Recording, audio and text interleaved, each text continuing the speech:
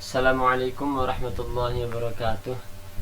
Bismillah, alhamdulillah, wassalatu wassalamu ala rasulillah Sayyidina Maulana Muhammad wa ala alihi ashabihi wa ala wala hawla wa quwwata illa billah, amma ba'd. Pada segenap teman-teman mata kuliah Ma'ani Al-Quran yang kami hormati, yang kami banggakan, di sini kita mulai pembahasan tentang kalam khobar atau khobar Ma'ani Al-Quran yang fokus pada kajian balaghah.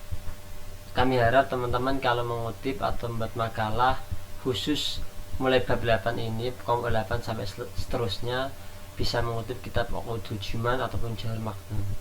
Kalau kita bicara tentang isnad khobari atau bicara kam khobar, biasanya dalam Jahar Maknun nazamnya al-hukmu bis salbi awil ijadi isnaduhu maqastu zil khitabi ifadatus sami'i nafsal hukmi au kana mukhbirin bihi da'ilmi. Itu jika kita bahas tentang istilah khobari. Bahasanya pun juga nanti kalau dalam kitab Jahar Maknun mungkin sebagian ada yang mengutip Al-Quran, itulah saat kita membahasnya. Nanti kita kombinasikan, kita lihat dengan kitab Ma'ani Al-Quran karya Al-Faru ataupun karyanya, sehingga benar-benar Ma'ani Al-Quran ini kita memaknai Al-Quran. Kalau kita bicara istilah khobari, kalau di Jahar Maknun teman-teman mungkin dah banyak yang pernah belajar, kita bahasnya istilah khobari, bagaimana cara kita berbicara dengan orang lain, lalu tanda-tanda taukid dan isnad aqli dan majaz aqli kalau kita bicara dalam literatur Jahar Maknun. Tapi kalau kita membuat makalah, kita kalau bisa terapkan satu persatu dalam Al-Qur'annya beserta kitabnya, jadi benar-benar bisa langsung ilmu terapan, karena visi misi IAIN ialah Islam terapan. Apa itu kalam khobar atau khobar? Khobar dalam keterangan Syekh Al-Akhdari ialah mahtamal sidq al-kadzib. Jadi segala sesuatu yang itu mungkin benar atau mungkin salah. Tapi kalau kita konteksnya Al-Quran, maka semua yang di Al-Quran itu benar semua. Cuman yang menanggapinya, ada menanggapi itu ya salah dan ada menanggapi itu benar. Contoh, subhanalladzi asra bi 'abdihi lailam minal masjidil haram ila masjidil aqsa. Itu bagi orang mukmin maka menganggap itu ialah benar. Tapi bagi orang kafir dia salah. Tapi kalau dalam Al-Quran secara prinsip itu benar semua. Hanya masalah benar salah itu hanya tanggapan orang lain.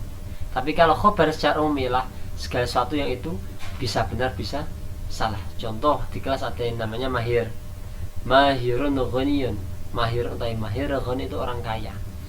Jika yang mengatakan itu teman-teman sekelasnya, itu mungkin benar. Karena mahir itu kalau pergi berangkat kampus naiknya motor PCX, HP-nya Android seri terbaru.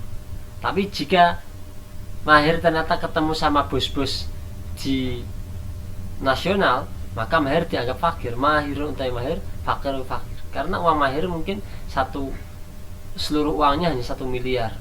Tapi bagi para bos-bos internasional, maka uang 1 miliar itu sangat sedikit, bisa disebut fakir. Jadi kabar itu bisa benar bisa salah. Lalu tujuan kalam khobar itu apa? Nah, tujuan kalam khobar itu yang pertama secara umum ada faidatul khobar dan lazimul khobar. Faidatul khobar yakni memberitahu pada orang lain tentang sesuatu agar orang itu tahu. Di Al-Quran banyak ayat-ayat seperti itu. Contoh bahwa Allah itu kuasa terhadap adanya Isra Mi'raj. Maka subhanalladzi asra bi 'abdihi lailam minal masjidil haram.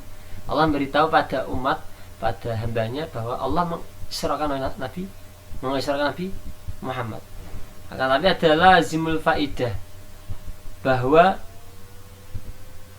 kata-kata atau kabar itu ialah untuk menguatkan, memberitahu bahwa pembicara mengetahui hukum yang terkandung di dalamnya. Sederhananya perkataan yang disebut dengan perkataan lazimul khobar ialah kalam yang diucapkan kepada orang yang sudah mengetahui. Jadi orang itu sudah mengetahui tapi untuk lebih menguatkan. Contohnya dalam surat Asy-Syamsi ada kata wasyamsi wadduhaha wal qamari idza talaha. Demi matahari, wasyamsi wadduhaha, demi waktu duha dan demi terangnya matahari. Jadi itu orang tahu bahwa tadi itu sangat terang, cuman itu menguatkan. Termasuk juga kita jika maknai lafaz yang menguatkan ialah contohnya lafaz-lafaz yang memakai qasam. Ada wadduha, ada al-ashri, dan tadi ada syarat asyamsi. Itu menguatkan kawasyamsi wadduhaha, itu ya, dan demi matahari dan sinarnya pada pagi hari atau waktu duha. Itu bisa menguatkan bagi orang yang sudah tahu, tapi bagi orang yang belum tahu itu bisa faidatul khobar, itu secara dari segi tujuan kamu khobari. Tapi kalau bagian kamu khobari ada kalam ibtidai, kalam tolabi, dan kalam ingkari. Ada ibtidai yakni untuk orang yang kholizin, orang yang belum tahu apa-apa, atau kalam tolabi yakni kalam untuk orang yang masih ragu-ragu. Ada kalam ingkari untuk orang yang ingkar. Jadi penggunaan taukid atau penguat itu lihat sikonnya. Bagi orang yang sudah tahu maka Zaidun alimun, Zaid itu orang yang pintar. Bagi orang yang masih ragu-ragu, Zaid pintar atau enggak, maka tambah inna Zaidan alimun. Tapi bagi orang yang enggak percaya, inna Zaidan la alimun. Jadi ada penguatannya. Termasuk kalau teman-teman mungkin ngaji surat Yasin, husnudzon saya teman-teman YIN insyaallah hafal surat Yasin lah, walaupun secara langsung belum hafal, tapi kalau bareng-bareng insyaallah hafal. Bisa dilihat ayat 14 dalam lafaz faqulu inna ilaikum mursalun, itu ada ilaikum mursal. Tapi ayat ke-16 qalu rabbuna ya'lamu inna ilaikum lamursalun, itu ada tambahannya lam. Karena apa? Karena untuk menguatkan. Dan inilah indahnya Al-Quran. Jadi penggunaan huruf lam, inna, dan ada huruf lainnya itu semua ada hikmahnya. Satu huruf dalam Al-Quran itu sangat berarti. Itulah pentingnya ilmu makna Quran. Karena itu kami harap teman-teman buat makalah, tulis makalahnya, lalu dilihat tafsirnya, dilihat makna Qurannya, dan dikombinasikan dengan kajian ilmu uqudul atau ilmu jahar makna. Demikian dari kami. Kurang lebihnya mohon maaf. Assalamualaikum warahmatullahi wabarakatuh.